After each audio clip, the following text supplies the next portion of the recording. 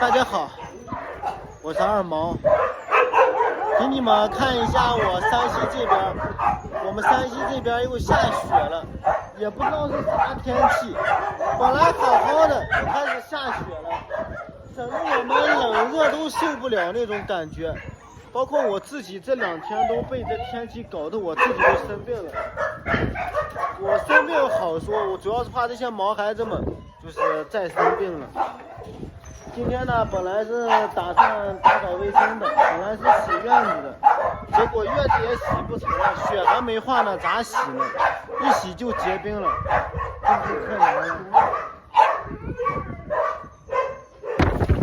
哎，也不知道啥天气，你看看那房顶的瓦块呀，什么都飞完了，